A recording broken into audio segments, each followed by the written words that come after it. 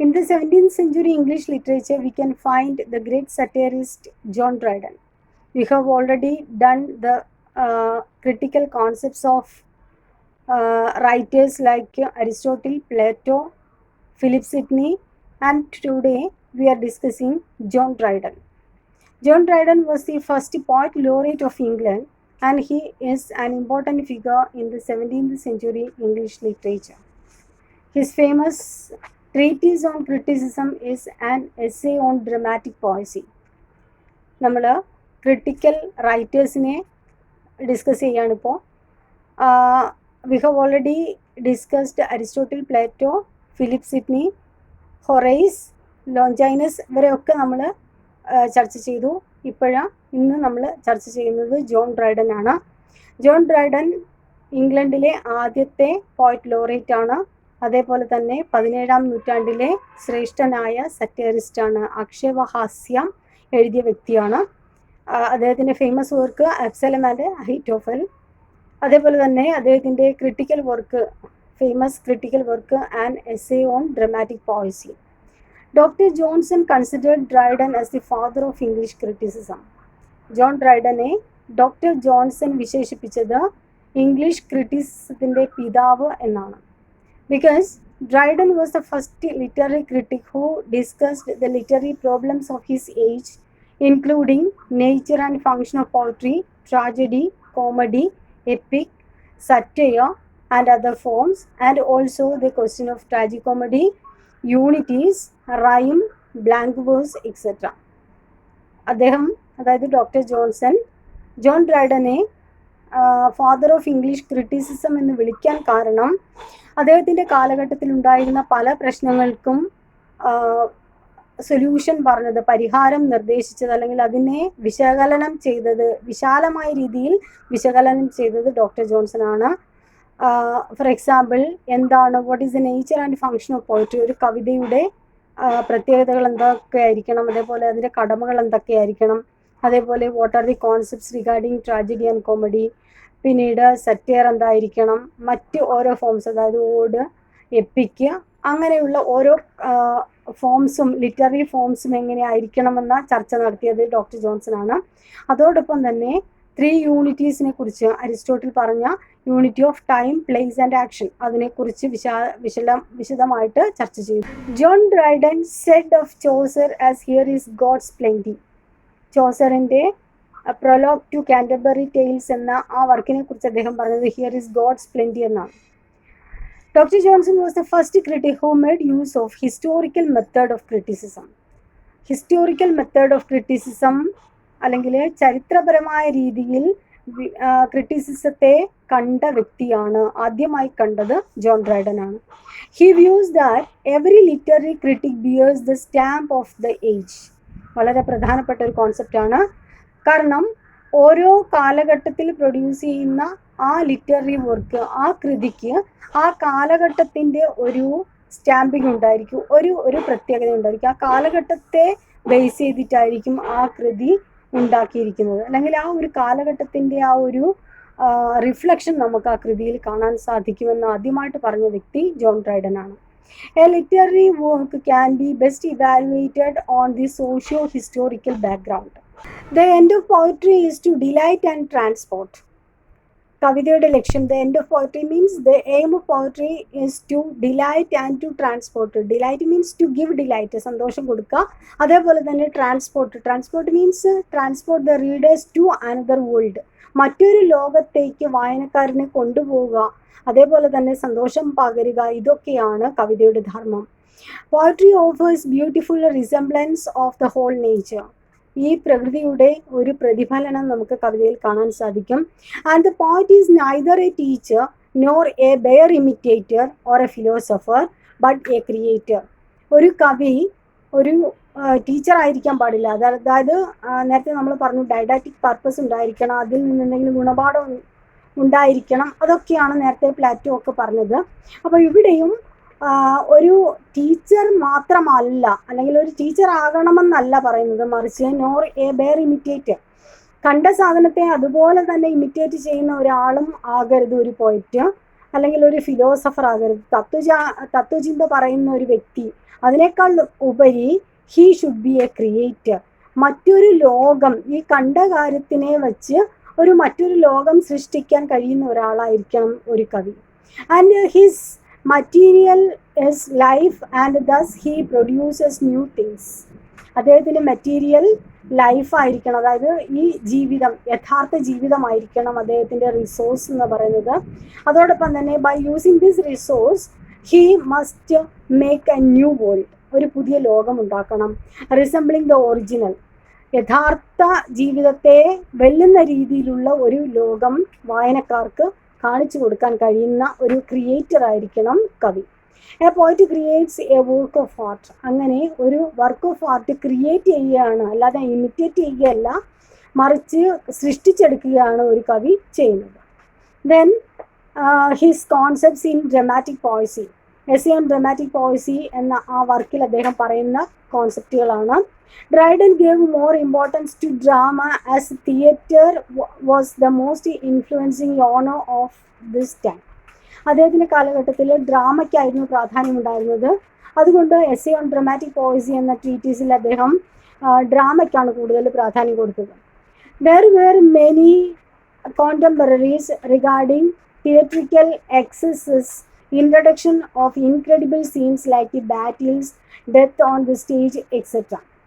അദ്ദേഹത്തിൻ്റെ കാലഘട്ടത്തിൽ തിയേറ്ററിന് പ്രാധാന്യം കൊടുത്തു. കാരണം തിയേറ്ററിക്കൽ എക്സസുകൾ ഒരുപാടുണ്ടായിരുന്നു. അതായത് തിയേറ്റർ പരമായിട്ട് ഒരുപാട് അനാവശ്യമായിട്ടുള്ള കാര്യങ്ങൾ കാണിക്കാൻ, ചിലത് കാണിക്കാൻ പറ്റാത്ത അവസ്ഥ, ചിലത് അനാവശ്യമായിട്ട് കാണിക്കുക, അങ്ങനെയുള്ള തിയേറ്ററിക്കൽ പോരായ്മകളും ഉണ്ട്, അതേപോലെ തന്നെ എക്സസുകളും ഉണ്ട്. അതിൽ പ്രധാനപ്പെട്ടതാണ് ബാറ്റിൽ ഫീൽഡ്, യുദ്ധക്കളങ്ങൾ കാണിക്കാൻ അതിൽ പ്രയാസമുണ്ട്, അത് ഒരു പരിമിതിയുണ്ട്. അതേപോലെ തന്നെ ബാറ്റിൽ, യുദ്ധങ്ങൾ കാണിക്കാൻ, ഡെത്ത് ഓൺ ദ സ്റ്റേജ്, മരണം, സ്റ്റേജിൽ മരണം കാണിക്കുക, ഇതൊക്കെ ചില എക്സസുകളാണ്.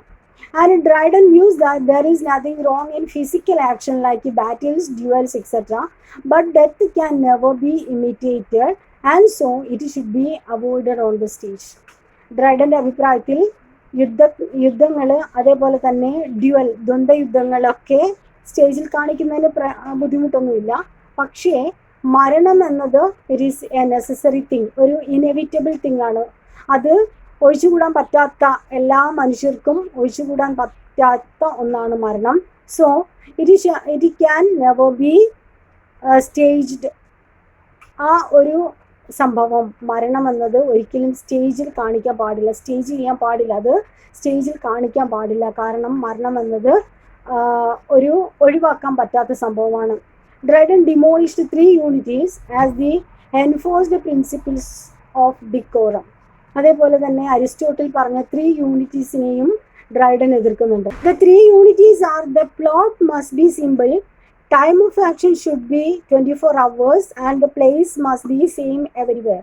3 യൂണിറ്റീസ്, അരിസ്റ്റോട്ടിൽ പറഞ്ഞ 3 യൂണിറ്റീസ്, 3 യൂണിറ്റികൾ വളരെ പ്രധാനപ്പെട്ട ക്വസ്റ്റ്യനാണ്.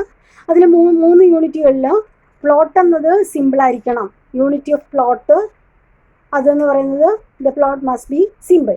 പിന്നീട് യൂണിറ്റി ഓഫ് ടൈം, ടൈം എന്നത് the action should be take place within 24 hours, 24 മണിക്കൂറിനുള്ളിൽ നടക്കുന്ന സംഭവങ്ങൾ. And the place should be same everywhere. പിന്നീട് യൂണിറ്റി ഓഫ് പ്ലേസ് ആണ്. യൂണിറ്റി ഓഫ് പ്ലേസ് എന്നത് ആ സ്ഥലം, തുടക്കത്തിൽ പറയുന്ന സ്ഥലത്ത് തന്നെ ആയിരിക്കണം നാടകം അവസാനിക്കേണ്ടത്. ഒരേ സ്ഥലമായിരിക്കണം. അതേപോലെ സമയം 24 hours ആയിരിക്കണം. അതേപോലെ തന്നെ സിമ്പിൾ പ്ലോട്ട് ആയിരിക്കണം. ഇതാണ് unity of time, place and action, അല്ലെങ്കിൽ 3 യൂണിറ്റീസ് എന്നറിയപ്പെടുന്നത്. ഇതിനെ എതിർക്കുകയാണ് ഡ്രൈഡൻ ചെയ്തത്. Dryden holds that a subplot to main plot allows great maturity of the plot and the change in place create sufficient scope for the development of plot and character. Dryden അഭിപ്രായപ്പെടുന്നത് ഒരു main plot, simple പ്ലോട്ടാണെന്ന് പറഞ്ഞത്, അത് ഒരൊറ്റ story ആയിരിക്കണം. പക്ഷേ ആ ഒരു main സ്റ്റോറിയുടെ കൂടെ ഒരു സബ് പ്ലോട്ടും കൂടി ഉണ്ട് എങ്കിൽ it adds maturity to the main plot. ആ ഒരു മെയിൻ പ്ലോട്ടിന് അല്ലെങ്കിൽ ആ സ്റ്റോറിക്ക് ഒരു മെച്യൂരിറ്റി ഉണ്ടാവും. ഒരു സബ് പ്ലോട്ടും കൂടി ഉണ്ടെങ്കിൽ അത് നല്ലതാണ്. അതേപോലെ തന്നെ ചേഞ്ച് ഓഫ് പ്ലേസ്, ഒരു സ്ഥലത്ത് തന്നെ തുടങ്ങി ഒരു സ്ഥലത്ത് തന്നെ അവസാനിക്കണം എന്നൊന്നുമില്ല. അങ്ങനെ ഒരു ചേഞ്ച് ഓഫ് പ്ലേസ് വരികയാണെങ്കിൽ it can create sufficient scope for the development of plot and character. ഈ പ്ലോട്ടും ക്യാരക്ടറിൻ്റെയും വികാസത്തിന് ഈ ഒരു ചേഞ്ച് ഓഫ് പ്ലേസ് നല്ലതാണ് എന്നാണ് ഡ്രൈഡൻ അഭിപ്രായപ്പെടുന്നത്. അരിസ്റ്റോട്ടിൽ പറഞ്ഞത് ഈ 3 യൂണിറ്റീസ് കമ്പൽസറി ആയിട്ട് ഉണ്ടായിരിക്കണം എന്നാണ്. അതേസമയം ഡ്രൈഡനും ഇതിനെ എതിർക്കുകയാണ് ചെയ്യുന്നത്. Then tragedy. ഇനി ട്രാജഡിയെ കുറിച്ചുള്ള അദ്ദേഹത്തിൻ്റെ അഭിപ്രായങ്ങളാണ്. Dryden favours Aristotle's definition of tragedy. Aristotle പറഞ്ഞ ഡെഫിനിഷൻ ഓഫ് ട്രാജഡി, അതായത് tragedy is an imitation of an action that is serious, complete and of a certain magnitude, embellished in different parts with different artistic ornaments. അങ്ങനെയുള്ള ആ ഡെഫിനിഷനെ അദ്ദേഹം അനുകൂലിക്കുന്നു. And he says that tragedy is an imitation of one entire great probable action, not told but represented. ഒരു നല്ല story, ആ സ്റ്റോറിയുടെ representation ആണ്, അല്ലാതെ വെറും പറച്ചിലല്ല, narration അല്ല, മറിച്ച് ഇറ്റ് ഷുഡ് ബി റെപ്രസെൻറ്റഡ്. ആ ഒരു റെപ്രസെൻറ്റേഷനിൽ വിശ്വസിക്കുന്നു. And moving in us pity and fear in conductive to the purging of those 2 emotions in our minds. Pity and fear ആണ് നമ്മളുടെ മനസ്സിൽ, നമ്മളുടെ ഹൃദയത്തിൽ പിറ്റി ആൻഡ് ഫിയർ ഉണ്ടാക്കുക. അതായത് കഥാർസിസ് എന്ന ആ ഒരു ഇമോഷൻ, അരിസ്റ്റോട്ടിൽ പറഞ്ഞ അതേ വികാരം തന്നെയാണ്, അതേ കോൺസെപ്റ്റ് തന്നെയാണ് ഡ്രൈഡൻ പറയുന്നത്.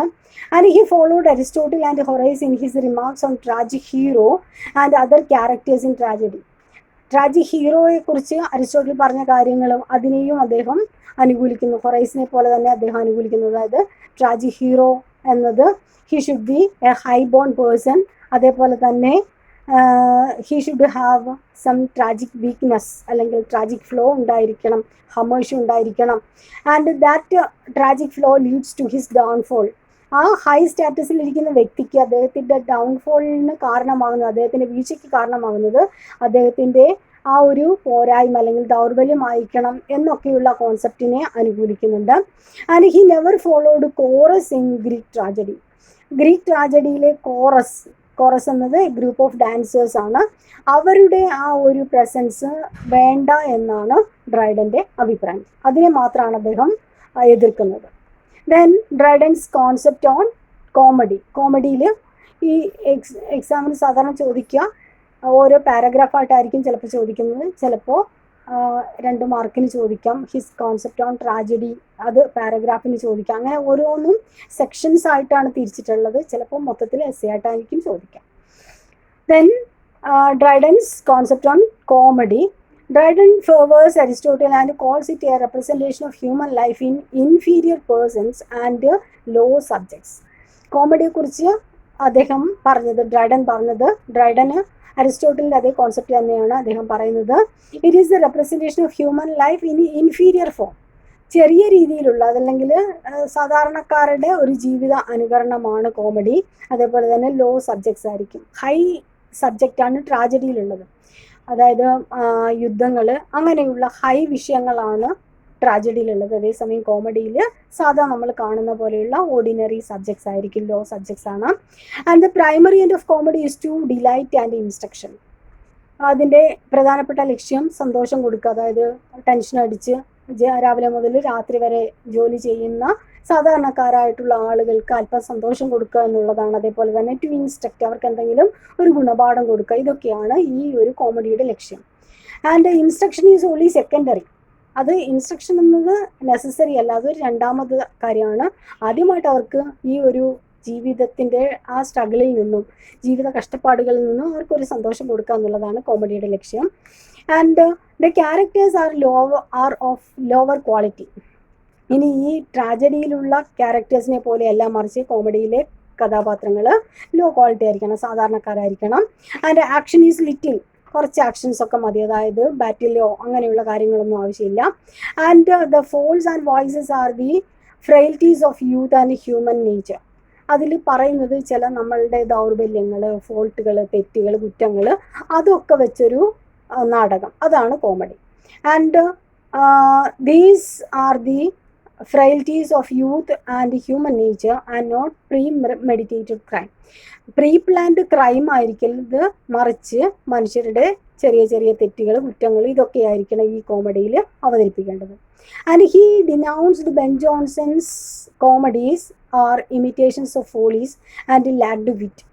ഇനി അദ്ദേഹം ബെൻ ജോൺസന്റെ കോമഡി ഓഫ് മാനേഴ്സ് ആണ്. കോമഡി ഓഫ് മാനേഴ്സിനെ അദ്ദേഹം എതിർക്കുന്നു. കാരണം അതിൽ അദ്ദേഹം പറയുന്നത് they are just imitating the follies and lacked wit. അതിൽ ബുദ്ധിപരമായിട്ടൊന്നുമില്ല, ജസ്റ്റ് ഇമിറ്റേറ്റഡ്, ഒരു ഇമിറ്റേഷൻ മാത്രമാണ്. മിഡിൽ ക്ലാസിൻ്റെ ഒരു ജീവിതത്തിൻ്റെ ഇമിറ്റേഷൻ മാത്രമാണ്, അതിൽ കാര്യമായിട്ട് നമുക്കൊന്നും കിട്ടുന്നില്ല എന്നാണ് അദ്ദേഹം പറയുന്നത്. Repartee or exchange of words is another thing in comedy. Repartee, അതായത് ഉരുളക്കുപ്പേരി പോലെ മറുപടി പറയുന്ന ഒരു സംഭവം കോമഡിയിൽ ഉണ്ടായിരിക്കണം. അതായത് നമ്മൾ കോമഡിയിലൊക്കെ കാണുന്ന പോലെ എന്തെങ്കിലും ഒരു വാക്ക് പറയുന്നതിനനുസരിച്ചിട്ടുള്ള ഒരു മറുപടി, ആ ഒരു എക്സ്ചേഞ്ച് ഓഫ് വേർഡ്സ് ആണ് കോമഡിയിൽ മറ്റൊരു പ്രധാനപ്പെട്ട കാര്യമായിട്ട് ഉണ്ടായിരിക്കേണ്ടത്. And he considers Beaumont and Fletcher are masters of wit and comedy should be a refined laughter. അദ്ദേഹം പറയുന്നു ബിയോമോണ്ട് ആൻഡ് ഫ്ലെച്ചർ അവരാണ് ഈ ഒരു കാര്യത്തിൽ, ഈ റിപ്പാർട്ടിയുടെ ഒരു ഇൻട്രൊഡക്ഷൻ ഏറ്റവും കൂടുതൽ കാണാൻ സാധിക്കുന്നത് ബിയോമോണ്ട്, ഫ്ലെച്ചർ എന്നിവരുടെ കോമഡികളിലാണ്. അവരാണ് അതിലെ മാസ്റ്റേഴ്സ്. അതേപോലെ തന്നെ കോമഡി എന്നുള്ളത് it should be a refined laughter, ചിരിക്ക് വക നൽകുന്ന ഒരു സംഭവമായിരിക്കണം കോമഡി. അതാണ് അദ്ദേഹത്തിന് കോമഡിയെക്കുറിച്ചുള്ള അഭിപ്രായം. Then his words on epic. എപ്പിക്കിനെ കുറിച്ചുള്ള അദ്ദേഹത്തിൻ്റെ കാഴ്ചപ്പാടുകളാണ്. Dryden opines that epic is superior to tragedy. ട്രാജഡിയേക്കാൾ വലുത്, നല്ലത്, സുപ്പീരിയർ, ഹൈ പൊസിഷനിൽ നിൽക്കുന്നത് എപ്പിക്കാണ് എന്നാണ് ഡ്രൈഡൻ്റെ അഭിപ്രായം. And the epic is the greatest work of human nature. കാരണം എപ്പിക്കിലാണ് മനുഷ്യൻ്റെ സ്വഭാവത്തിൻ്റെ ഒരു പൂർണ്ണത നമുക്ക് കാണാൻ സാധിക്കുന്നത്. And Dryden argues that the characters contribute more to the tragedy. The stage cannot show many things like large areas, big armies, etc. But epic provides enough leisure to digest what we read in the epic. നാടകത്തിൽ അല്ലെങ്കിൽ ട്രാജഡിയിൽ സ്റ്റേജിൽ നേരത്തെ നമ്മൾ പറഞ്ഞു പരിമിതികൾ, ഒരുപാട് പരിമിതികളുണ്ട്, പല കാര്യങ്ങളും സ്റ്റേജിൽ കാണിക്കാൻ സാധിക്കില്ല. ഫോർ എക്സാമ്പിൾ ബാറ്റിൽ ഫീൽഡ്, ഒരു വലിയ യുദ്ധക്കളം അല്ലെങ്കിൽ ഒരു വലിയ ഏരിയ, ഫോറസ്റ്റ് ഏരിയ, ഇതൊക്കെ സ്റ്റേജിൽ കാണിക്കുക എന്നത് കഴിയാത്ത കാര്യമാണ്. അതേസമയം നമുക്ക് എപ്പിക്കിൽ ഇതൊക്കെ എഴുതി വെച്ചിട്ടുണ്ടെങ്കിൽ അത് നമുക്ക് വായിച്ച് ഡൈജസ്റ്റ് ചെയ്യാൻ സാധിക്കും. വായിച്ച് അതിൻ്റെ ആ ഒരു leisure time and pleasure time, നമുക്ക് വിശ്രമ വേളകൾ, ഇപ്പോൾ കുറച്ച് വായിച്ചതിന് ശേഷം ആ ഒരു വായനയിൽ കുറച്ച് നേരം കണ്ണുപൂട്ടിയിരുന്നു കഴിഞ്ഞാൽ നമുക്ക് ആ ഒരു ഭാവനയിലൂടെ ആ കാര്യങ്ങളൊക്കെ നമുക്ക് മനസ്സിലാക്കാൻ സാധിക്കും. അങ്ങനെ നമുക്കതിൽ ഡൈജസ്റ്റ് ചെയ്യാൻ സാധിക്കും. അതേസമയം നാടകത്തിൽ നമ്മൾ പെട്ടെന്നൊരു ഫ്ലാഷിൽ കണ്ടുപോവുകയാണ്, അപ്പോൾ നമുക്കത് ചിന്തിച്ച് അത് ലെഷർ ആൻഡ് പ്ലെഷർ ടൈം ഒന്നും നമുക്കവിടെ കിട്ടുന്നില്ല. അതാണ് അദ്ദേഹം പറയുന്നത്. അതേപോലെ തന്നെ we miss many beauties in the പെർഫോമൻസിൽ നമുക്ക് പല സൗന്ദര്യങ്ങൾ നഷ്ടപ്പെടും. അതേസമയം എപ്പിക്കിലാണെങ്കിൽ നമുക്ക് വായിച്ചത് ആസ്വദിക്കാൻ സാധിക്കും. ദെൻ ഹിസ് വ്യൂസ് ഓൺ സറ്റയറിനെ കുറിച്ച് അദ്ദേഹം നമ്മൾ പറഞ്ഞു Dryden is a famous satirist of the 17th century. 17ാം നൂറ്റാണ്ടിലെ ഏറ്റവും ശ്രേഷ്ഠനായ സറ്റയറിസ്റ്റ് എന്നാണ് അദ്ദേഹത്തെ അറിയപ്പെടുന്നത്. ഇനി സറ്റയറിനെ കുറിച്ച് അദ്ദേഹം പറഞ്ഞ കാര്യങ്ങൾ നോക്കാം. Dryden is one of the greatest satirists of England, and through his work Absalom and Ahitophel, he gave a new definition to England. അദ്ദേഹത്തിൻ്റെ ശ്രേഷ്ഠമായ കൃതിയാണ് അബ്സലം ആൻഡ് അഹിറ്റോഫൽ എന്ന satirical work. And there should be artistic control in satire. Dryden പറയുന്നു ഈ satire എഴുതുന്ന സമയത്ത് artistic control ഉണ്ടാകണം. ഒരു നിയന്ത്രണമില്ലാതെ എഴുതുന്ന ഒരു എഴുത്താകരുത് satire. No direct calling of name or showing disgust or moral animus to the subject. ഡയറക്റ്റായിട്ട് നമ്മൾ ഒരാളെ പേര് വിളിച്ച് ആക്ഷേപിക്കാൻ പാടില്ല. അതേപോലെ തന്നെ വെറുപ്പ് പ്രകടിപ്പിക്കാൻ പാടില്ല. നേരിട്ട് പേര് വിളിച്ച് അയാളെക്കുറിച്ച് നമ്മൾ വെറുപ്പ് പറയാൻ പാടില്ല സറ്റയറിൽ. സറ്റയർ എന്ന് പറഞ്ഞു കഴിഞ്ഞാൽ ആക്ഷേപഹാസ്യമാണ്. അയാളെ പേര് വിളിച്ച് ആക്ഷേപിക്കാൻ പാടില്ല. അതേപോലെ തന്നെ ഒരു മോറൽ അതിൽ നിന്ന് കൊടുക്കണമെന്നുള്ളത് അതും നിർബന്ധമില്ല. പക്ഷെ നമ്മൾ ആക്ഷേപിക്കുമ്പോൾ അതിലൂടെ കിട്ടുന്ന മറ്റൊരാൾക്ക് വേദന ഉണ്ടാക്കുന്ന രീതിയിലാകാൻ പാടില്ല. He should make a man die sweetly. ഒരു മനുഷ്യനെ പച്ചയ്ക്ക് കൊല്ലാൻ പാടില്ല, മറിച്ച് സ്വീറ്റായിട്ടുള്ള രീതിയിൽ വെച്ച് ഇഞ്ചിഞ്ചായിട്ട് കൊല്ലുന്നതിന് പകരം നമ്മൾ പറയില്ലേ ചെറുങ്ങനെ കൊല്ലുക, അല്ലാതെ ഒറ്റയടിക്ക് കഷ്ണമായിട്ട് മുറിച്ച് കൊല്ലുന്നതിനേക്കാളും ഒരു മധുരപരമായ രീതിയിൽ കൊല്ലുക, സ്ലോ കൊല്ലുന്ന രീതി. അതായത് ഒരാളെ ആക്ഷേപിക്കുമ്പോൾ നമ്മൾ അയാളുടെ പേര് പറഞ്ഞ് അയാളുടെ കുറ്റങ്ങളും കുറവുകളും ഡയറക്റ്റ് പറയുന്നതിന് പകരം ചെറിയ ഒരു മട്ടത്തിൽ പറഞ്ഞു വരിക, അതാണ് നല്ലത്. And the satirist should choose a vice or folly for his target. ഈ ഒരു സറ്റയർ എഴുതുന്ന സമയത്ത് മറ്റൊരു മനുഷ്യൻ്റെ തിന്മകളോ കുറ്റങ്ങളോ അയാൾക്ക് സബ്ജക്റ്റായിട്ട് എടുക്കാം. പക്ഷേ അയാളെ പേര് വിളിച്ച് ആക്ഷേപിച്ച് ഇഞ്ചിഞ്ചായിട്ട് അയാളെ എന്താണ് മുറിച്ച് കൊല്ലുന്ന രീതിയിലാക്കാൻ പാടില്ല. മറിച്ച് ഒരു സോഫ്റ്റായ രീതിയിൽ അയാളുടെ തെറ്റുകളും കുറ്റങ്ങളും നമുക്ക് പറഞ്ഞു കൊടുക്കാമെന്നാണ് അദ്ദേഹം പറയുന്നത്. ഇത്രയുമാണ് ജോൺ ഡ്രൈഡനെ കുറിച്ചുള്ള ക്രിട്ടിക്കൽ അനാലിസിസ്. എല്ലാവർക്കും ഇഷ്ടമായെന്ന് വിചാരിക്കുന്നു. Thank you.